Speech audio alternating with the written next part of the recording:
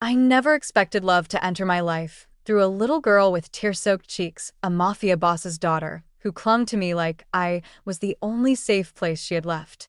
That rainy night, when she whispered, "Alma," against my neck, something in me shattered and healed all at once. I thought I was only saving her, but somewhere between her tiny hands and her father's broken eyes, we fell in love without even realizing it. Rain hammered against the cracked bus stop shelter as Amara sprinted across the street, her shoes slapping against the wet pavement. A man was shouting, no, screaming for help. Traffic lights flickered red against the storm, horns blaring as cars skidded dangerously close. In the middle of the road, a little girl stood frozen, hands covering her ears, trembling as headlights bore down on her. Amara didn't think, she just moved. She lunged forward, rain blinding her, her lungs burning as she pushed her legs harder. A car screeched, tires screaming against the asphalt. The girl didn't move. The driver swerved at the last possible second, narrowly missing her. Amara wrapped her arms around the terrified child, twisting her body to shield her as they both hit the ground, rolling across the slick street until they slammed against the curb. Someone yelled in Korean. Someone else ran toward them. Thunder cracked above them like a whip, shaking the air. The girl trembled violently against Amara's chest, her tiny fingers clutching Amara's soaked shirt with desperate strength. Amara pulled her closer, instinctively rocking her, whispering calming words she wasn't sure the girl understood. When the girl finally lifted her head, her big, tear-filled eyes stared at Amara with something between shock and recognition. Then she whispered a single, fragile word. "Amma, mother." Amara froze. The world seemed to pause, cars, rain, shouting, all fading into silence. She wasn't anyone's mother. She didn't even know this child. But those eyes were full of a pain she recognized too well. And somewhere in the crowd, a man stood completely still, soaked to the bone, watching the scene with a face that revealed almost nothing, except for one flicker of raw emotion that quickly vanished. He stepped closer, his voice breaking through the rain. "Hannah." The girl flinched and buried her face again in Amara's chest before Amara could even react. The man hesitated. His expression tightened, as though witnessing something he never expected, or never wanted to feel. 4 days later, Amara still couldn't shake that night from her mind. She didn't know the man. She didn't know the child. But their presence lingered like a shadow. And then, out of nowhere, her phone buzzed with a job offer she hadn't applied for. A penthouse housekeeper position. High pay. Immediate start. Housing included. It felt too good to be true, but the landlord had already given her a deadline. If she didn't pay by the end of the week, she would be out on the streets. She needed this. She needed anything. And so she found herself standing at the foot of a massive glass building in Gangnam, staring up at the 36th floor as if it held the gateway to a different life. Her clothes were simple but tidy. Her fingers gripped the strap of her bag a little too tightly. The revolving doors opened with a soft whoosh, releasing warm air scented with expensive cologne and polished marble. The lobby was intimidating, sleek, cold, painfully elegant. Employees moved with purposeful steps, suits crisp, heels clicking against the floor. Amara swallowed hard. This was another world. A world where people like her, foreign, broke, and barely surviving, rarely belonged. She approached the front desk where a tall woman with a sharp bob and sharper expression looked her over with the precision of a scanner. "You're the new housekeeper?" the woman asked. Amara nodded. "Yes. Amara Oladipo." The woman didn't respond. Her eyes flicked to the side, silently gesturing for Amara to follow. The elevator ride felt endless, her heartbeat loud in her ears as she ascended floor after floor. Her reflection in the elevator walls showed a girl trying so hard to stay calm, to look collected, to not fall apart under the weight of uncertainty. When the doors opened, she stepped into a silent, breathtaking penthouse. Floor-to-ceiling windows showcased a glittering skyline. The air smelled faintly of sandalwood and something colder, like emptiness. The woman with the sharp bob began listing rules in a clipped tone. No noise after 9 p.m. The child is very sensitive. You must not enter the master bedroom without permission. Do not initiate conversation with the CEO. Do not touch anything that looks expensive, which is everything. Her eyes narrowed. And do not expect him to greet you, or speak to you, or acknowledge your existence. Amara blinked, stunned. He is particular. The woman sniffed. He has fired 9 housekeepers this year alone. If you are lucky, you will last a week. If you are very lucky, too. The woman's phone buzzed. She checked the screen and stiffened. He's arriving. A chill ran down Amara's spine. Then footsteps echoed. Deep, controlled, powerful. The CEO stepped into view. Amara's breath caught. It was him. Hold on, before we continue, if this story is keeping you hooked, do me a quick favor. Hit that like button, tap subscribe, and share it with someone who loves a good Afro Korean twist. Your engagement helps the channel grow, and trust me, the best part of the story is still coming. The man from the street. The man who had called the girl's name. His eyes met hers, just for a fraction of a second, but it was enough. A flicker of recognition. A moment suspended between them, heavy with something neither could name. But then it vanished, replaced by a hard, impassive mask. He gave no greeting, no nod, not even a glance of acknowledgement as he walked past. His voice was low, calm, almost too controlled. Hannah is sleeping. Avoid loud noise. Yes, sir, the house manager said quickly. Amara closed her mouth before the words in her throat slipped out. She didn't have a right to speak. She didn't have a right to mention the night on the street. She didn't have a right to ask why exactly she was here.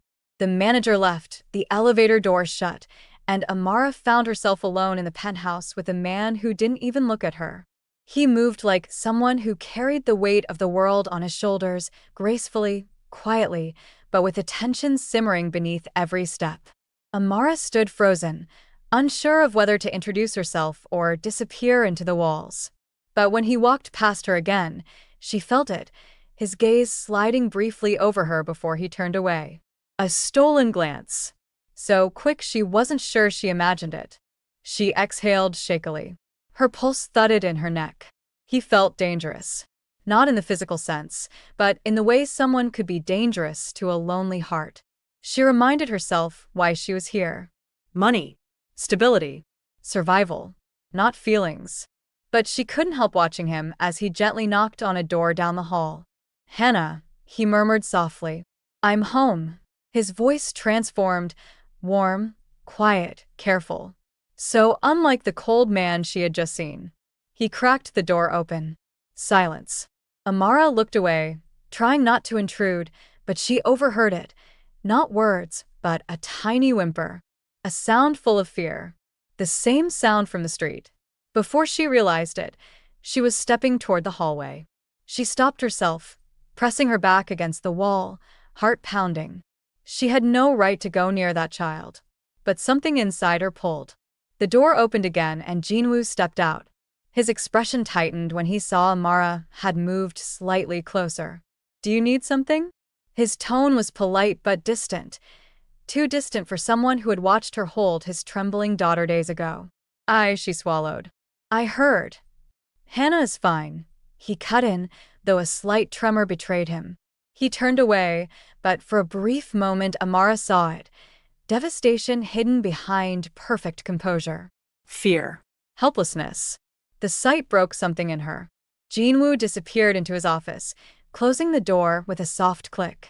Amara released a shaky breath and began working. The penthouse was spotless, but she still cleaned, dusted, organized, did anything she could to stay busy and ignore the strange ache inside her. Hours passed. By evening, she heard faint footsteps, the slow, hesitant shuffle of a child. Amara turned. Hannah stood there, small and fragile, clutching a stuffed rabbit with worn ears.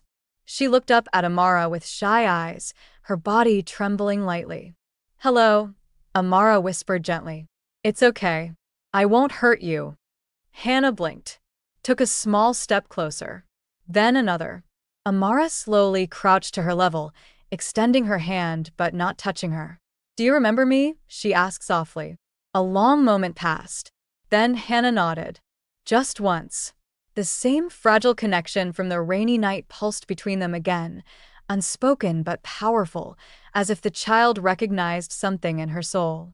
A quiet gasp escaped Amara's lips. Hannah suddenly reached up and touched Amara's face with small, cold fingers. Her eyes softened.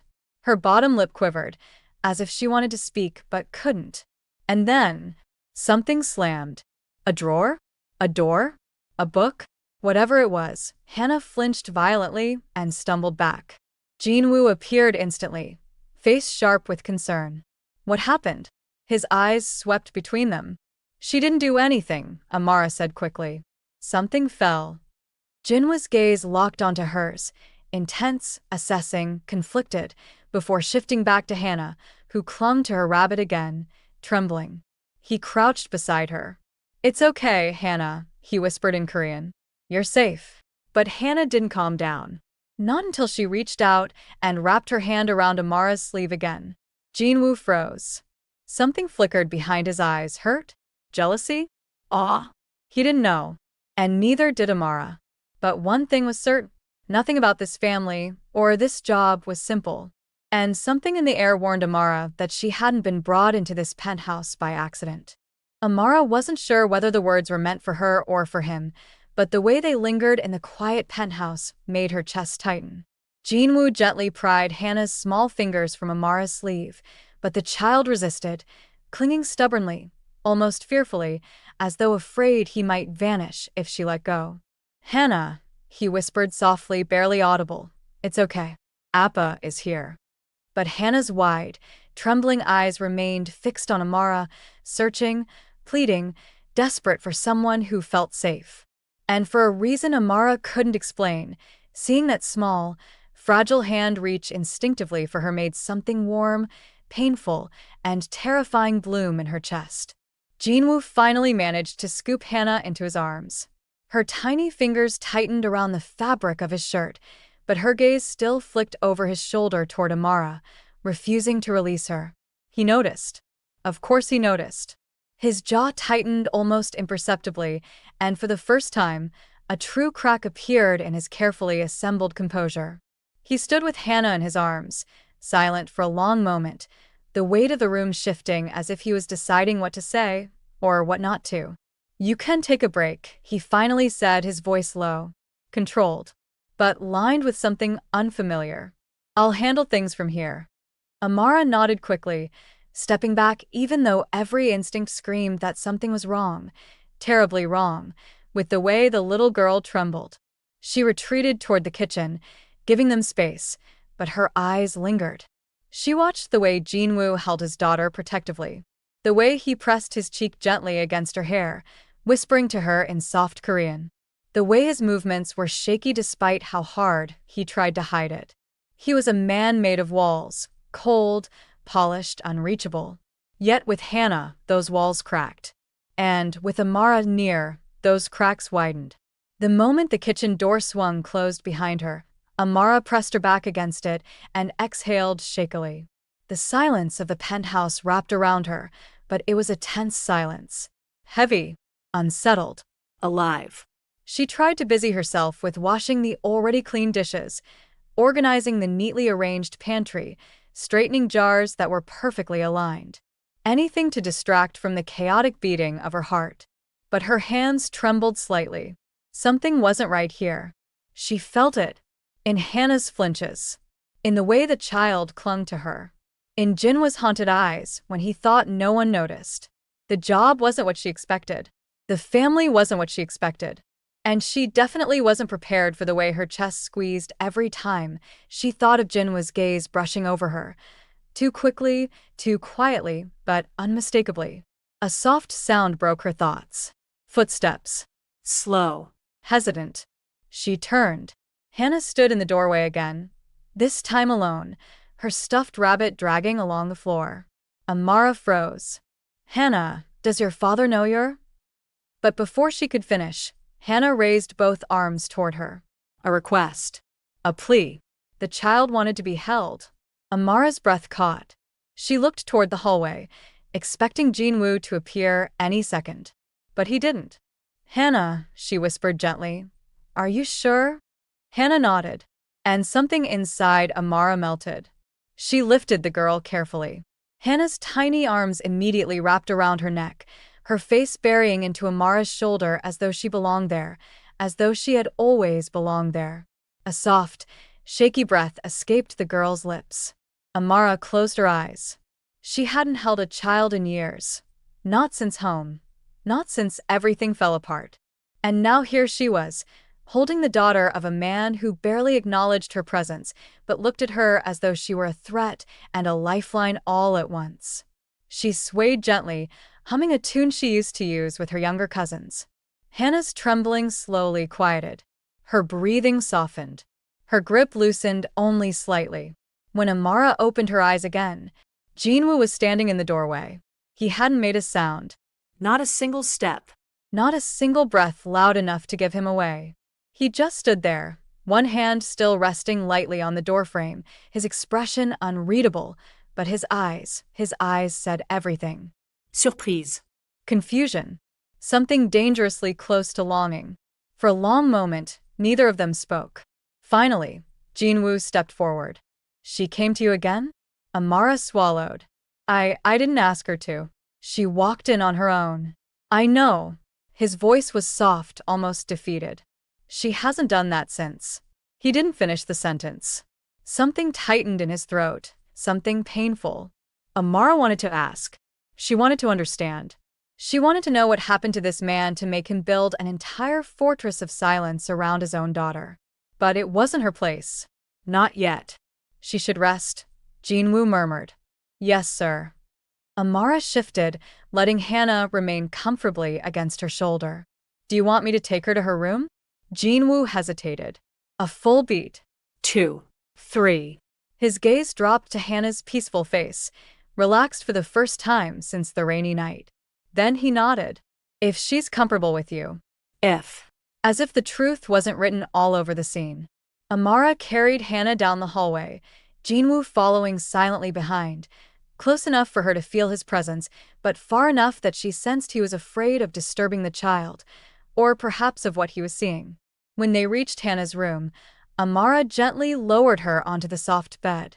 The little girl clutched Amara's fingers until sleep tugged her eyelids shut. Amara carefully pulled away, tucking the blanket around her small frame. When she turned, Jinwoo was still there in the doorway, hands clasped behind his back, shoulders tight, eyes distant and shadowed. "You're good with her," he said, his voice barely more than a breath. Amara wasn't expecting it. Praise wasn't something he seemed capable of giving. She blinked. I understand fear. That's all." Jinwoo's eyes flicked sharply to hers. "Fear." Amara looked down. "Trauma leaves marks. Even in children. Especially in children." The silence grew thick. Too thick. Jinwoo's gaze lingered on her face, not with rudeness, not with curiosity, but with the kind of searching that felt too intimate, too revealing. She felt exposed under it, seen in a way she hadn't been in years.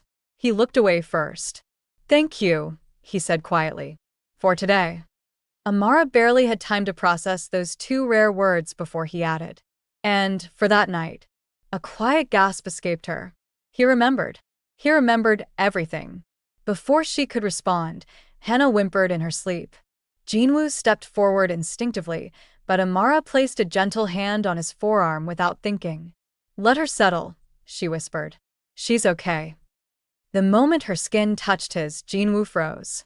Like the air had shifted. Like gravity had changed.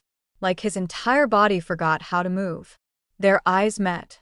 A jolt of heat shot through Amara so fast she nearly snatched her hand away, but Jinwoo didn't move. Didn't breathe. Didn't blink. His gaze lowered briefly to her hand resting on his arm, soft, hesitant, warm against his cold, tense body. When she finally pulled back, Jinwoo inhaled sharply, almost as if waking from a trance. "I should return to work," he said, though his voice cracked slightly. "Thank you." He walked away quickly, the echo of his footsteps unnaturally fast, as though he needed distance. Urgently. Amara leaned against the wall, her heart pounding wildly. What was that? Why did it feel like the air had ignited the moment they touched? She brushed her fingers against her palm, trying to erase the lingering warmth, but it remained, burning, intrusive, impossible to ignore. Later that night, as she cleaned the kitchen, she heard muffled voices. Jinwoo on the phone. His tone was low, sharp, tense. No. I told you I don't want her involved again. Yes, I know what the board said. I said no. A long, heavy silence. Then, Hannah is not a bargaining chip. Something cold crept up Amara's spine. Bargaining chip? She stepped back, careful not to make a sound. You can tell my father, Jinwoo continued, voice icy, that if he tries to intervene in my house or my child again, I won't be responsible for the consequences. He ended the call with a hard, decisive click. Amara stood frozen in the shadows. Jinwoo didn't strike her as violent or cruel, but the tone he used just now, it carried the weight of a man pushed to an edge she didn't understand. He turned suddenly. He saw her. Amara's breath hitched. She stepped out from the shadows slowly, not wanting him to think she'd been eavesdropping. I wasn't listening, she whispered. I was just cleaning. His posture softened almost instantly. The tension in his shoulders shifted into something else. Weariness, perhaps, or resignation. It's fine, he said quietly. I'm the one raising my voice. That was a lie. He never raised his voice. Not once. Even now, his tone was calm, dangerously calm. Jinwoo took a step closer. You're settling in well, he said, watching her carefully. I'm trying my best. His eyes flicked to her again, another stolen glance. One he tried to hide, but failed. He paused as if debating something. Amara, he said her name for the first time, slowly, as though testing the way it felt on his tongue. If Hannah chooses to stay close to you, don't push her away. She needs someone gentle. A lump formed in Amara's throat. She has you. Jinwoo's eyes darkened, pain, regret, fear, all in one fleeting moment. Children sense things, he murmured, more to himself than to her. Things we try to bury. Before Amara could respond, Hannah's small cry echoed down the hallway. Jinwoo stiffened. Then he whispered, barely audible. She shouldn't be having nightmares again. Again. That word echoed in Amara's mind like a cold wind. She didn't wait. She moved past Jinwoo gently and hurried toward Hannah's room. The child sat up in bed, tears spilling down her cheeks. Amara reached her first, gathering her into her arms with instinctive tenderness. Hannah clung to her again, trembling, desperate. Jinwoo watched from the doorway, his expression breaking, shattering, for a split second. That was the moment he realized something he didn't know how to handle. Hannah trusted Amara. More than him. More than anyone. And that terrified him. For reasons Amara couldn't yet imagine. For reasons Jinwoo wished he could bury. For reasons that would soon drag all three of them into a storm far more dangerous than the one on the night they first met. Hannah's trembling didn't ease for several minutes. She buried her face deeper into Amara's shoulder, her tiny fingers clutching the collar of Amara's shirt as though terrified she would disappear. Soft hiccups shook through her small body. It's okay, Amara whispered gently. You're safe. I've got you. She rocked her slowly, humming the same soft melody from earlier. Jinwoo remained in the doorway, unmoving, almost afraid to enter the room, as though he feared he would make things worse. His hands were clenched at his sides, tension rolling off him in waves. He wasn't just worried. He was terrified. Terrified in a way only a parent who had already lost too much could understand. Is she dreaming of something? Amara asked quietly, still holding the little girl close. Jinwoo's gaze lowered. She used to cry like this after. His voice cracked before he forced himself to swallow the emotion back down. She hasn't had an episode in months. Episode. That word sent a cold shiver through Amara. She looked down at Hannah, gently wiping the child's tears with her thumb. Do you want some water, sweetheart? She murmured. Hannah shook her head weakly and burrowed further into her. She's attached to you, Jinwoo said, almost sounding surprised by his own observation. I don't know why, Amara whispered. Jinwoo's eyes softened. Not the cold, distant gaze he showed most people, but something raw. Children know who feels safe. Amara's heart thudded, the weight of his words settling deep inside her. She held Hannah until the girl's breathing steadied, her little hands finally loosening just a little. When Hannah's fingers slackened, Jinwoo hesitated before stepping forward. Let me, he whispered. Amara carefully shifted the child into his arms. Hannah didn't resist, but her little hand still reached backward toward Amara, brushing her sleeve as though unwilling to lose contact. The small gesture made Jinwoo's jaw tighten, an emotion crossing his face too quickly for Amara to decipher. He carried Hannah back to bed, tucking the blanket gently around her. His movements were tender, precise, almost fearful. He smoothed her hair back repeatedly, as if reassuring himself she was real, safe, breathing. Amara stepped back, giving him space, but her eyes stayed on him, on the quiet devotion, the silent ache, the invisible battle behind his calm exterior. When Hannah finally drifted off again, Jinwoo rose slowly. He turned and nearly collided with Amara standing close behind him. They both froze. The space between them was too small, too warm, too charged. Jinwoo exhaled shakily. I didn't hear you move. I didn't want to disturb you. His gaze swept over her face, lingering too long. You won't. Not with her. He didn't say him, but the words he didn't speak hung in the air, thick with tension neither of them knew how to name. He stepped past her, brushing the slightest bit of air against her arm. Even that made her breath hitch. She followed him into the hallway, unable to shake the tightening knot of worry in her stomach. Does she usually have nightmares like that? Jinwoo stared ahead. Not anymore. Not since the therapy started. Therapy, Amara repeated softly. He stopped walking. For a moment, he didn't speak. Then, she witnessed something she shouldn't have. Something traumatic. Amara's heart twisted. I'm sorry. Jinwoo's eyes glowed with something deep and heavy, grief sharpened by guilt. Children shouldn't have to survive tragedies, especially not because of the adults who are supposed to protect them. His words cut through the air like a blade. Painful, honest, damning. He walked into the living area, and Amara followed slowly, unsure if she should offer comfort or remain silent. He stopped at the window, staring down at the glowing city below. When her mother, he swallowed hard. When she died, Hannah stopped speaking. For months. A soft gasp escaped Amara.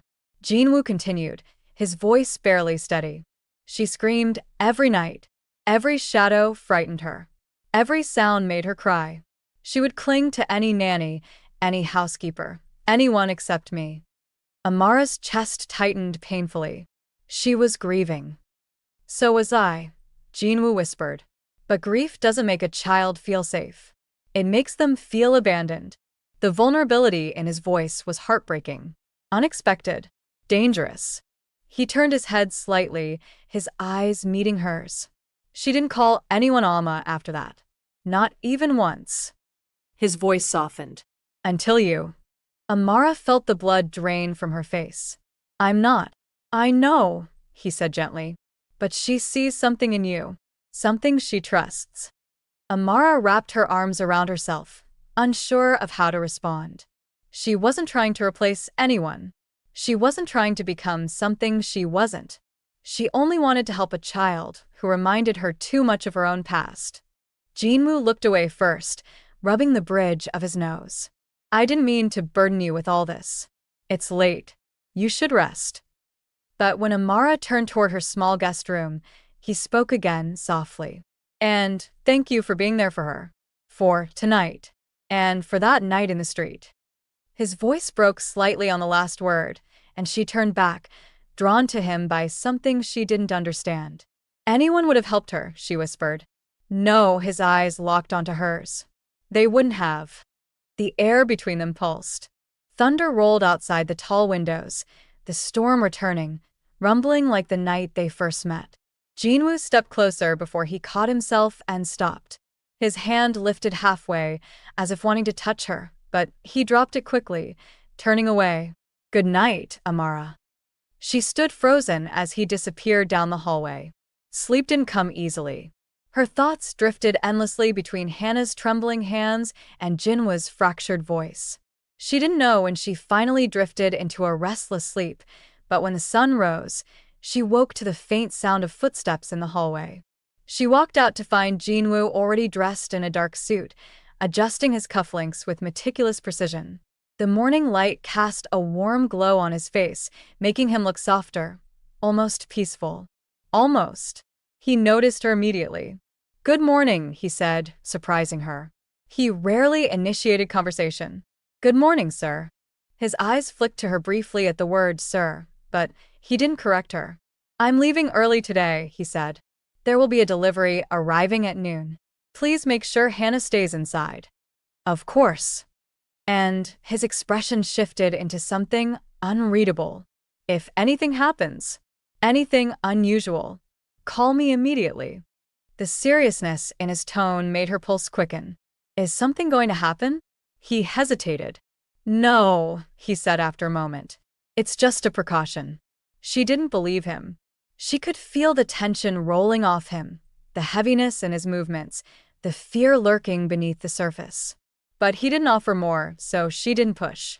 Hannah wandered out sleepily moments later, rubbing her eyes. The moment she saw Amara, she brightened, subtly but unmistakably. "Appa," she murmured, tugging Jinwa's sleeve lightly. He crouched down, smoothing her hair. "Be good today. Listen to Amara." Hannah nodded. Then, unexpectedly, she leaned forward and pressed a tiny kiss to Jinwa's cheek. His eyes widened, surprise flickering across his stoic features. But when he held her small hands in his, something warm and tender softened the edges of his expression. "I'll be home early," he whispered. But when he stood and straightened his jacket, the warmth vanished, replaced by the cold armor he always wore when stepping into his other world. He walked to the elevator, pausing just before the doors opened. His gaze drifted back to Amara, quiet, searching, conflicted.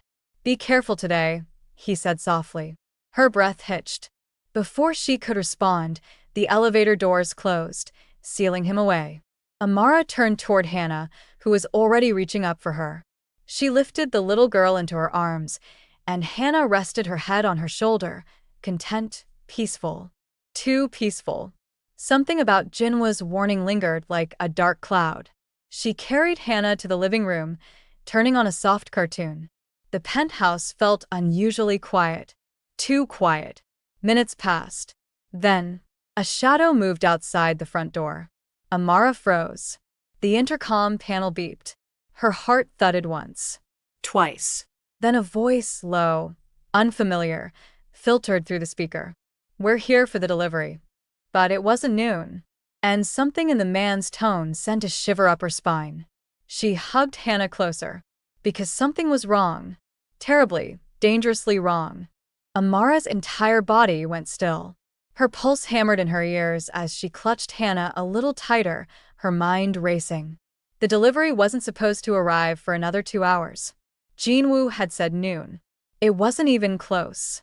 The intercom crackled again, louder this time. "Open the door." Hannah whimpered softly and buried her face into Amara's neck. Something cold rippled down Amara's spine.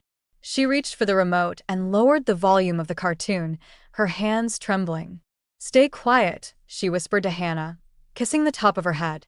Her footsteps were silent as she approached the intercom screen. She forced herself to look. A man in a delivery uniform stood in the hallway. But it was wrong. The shirt was wrinkled. The badge wasn't Korean, Spanish letters beneath it that didn't match any local company. His posture was stiff, too stiff, as though afraid to be recognized. And his eyes, they weren't the eyes of a delivery worker.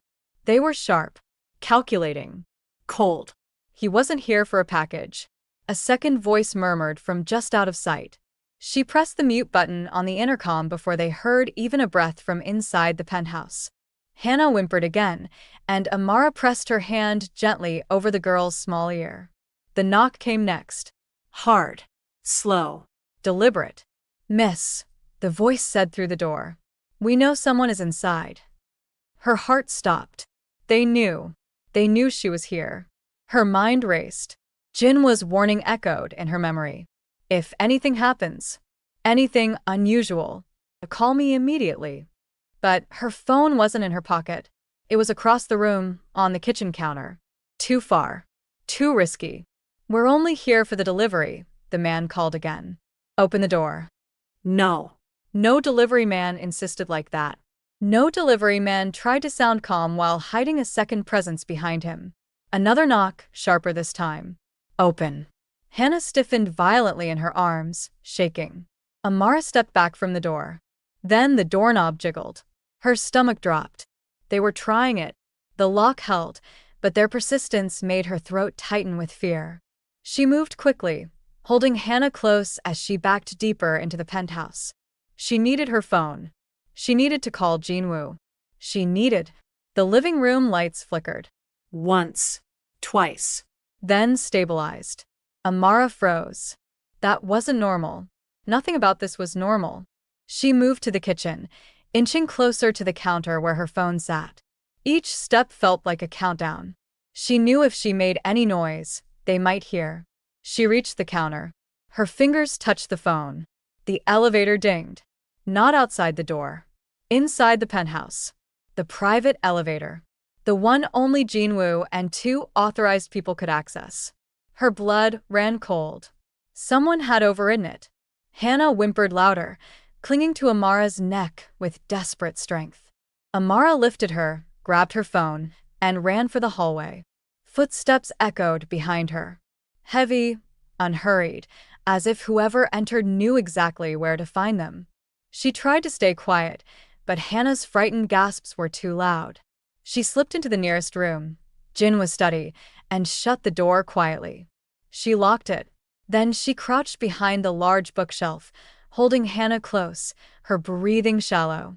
Please, baby, she whispered. Stay quiet. Stay quiet for me. Hannah buried her face in Amara's chest and nodded with tiny, jerky motions. A shadow moved under the door. Then a voice, a different one this time. Low, chilling, confident. Check the rooms. Not plural first. Check. Check the rooms. He wasn't guessing someone was home. He knew. The footsteps spread. Doors opening. Closing. The sound of drawers being yanked. Furniture shifting. They were searching. Amara dialed Jinwoo with trembling fingers. 1 ring. 2. 3. Pick up. Please pick up. The door handle rattled violently. Hannah gasped. Sho. Amara whispered, pressing a finger to her lips. Amara. His voice on the phone made her knees nearly give out in relief. Sir, there's someone's inside. 2 men, maybe more, Hannah is. Where are you? Jinwoo demanded, voice sharp with fear. In your study. They're searching the rooms.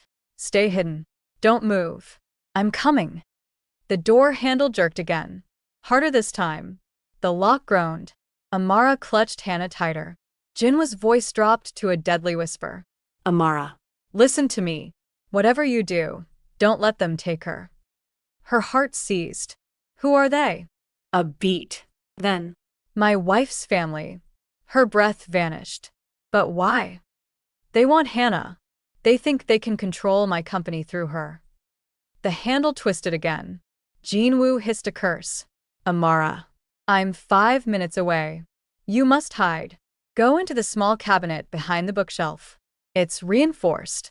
It locks from the inside. She had no idea what he meant until she reached behind the bottom shelf with her free hand and felt a cold metal latch. A hidden safe room compartment. She opened it as quietly as she could. It was dark, cramped, but big enough for her body curling around Hannah. She climbed in, closing the small metal door behind her. The darkness swallowed them. Hannah trembled violently, and Amara covered the girl's ears as the study door finally cracked open. The men entered. Footsteps. Papers rustling. A desk drawer yanked open. Her heartbeat thundered in her ears. Nothing, one man said. Move to the bedrooms. Their footsteps faded.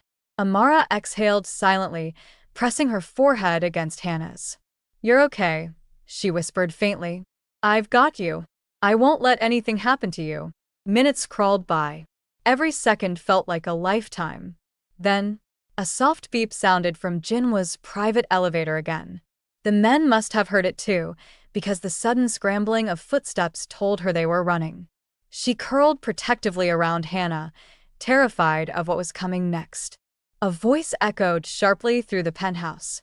Not threatening, not cold, raging. Deadly. Where is my daughter?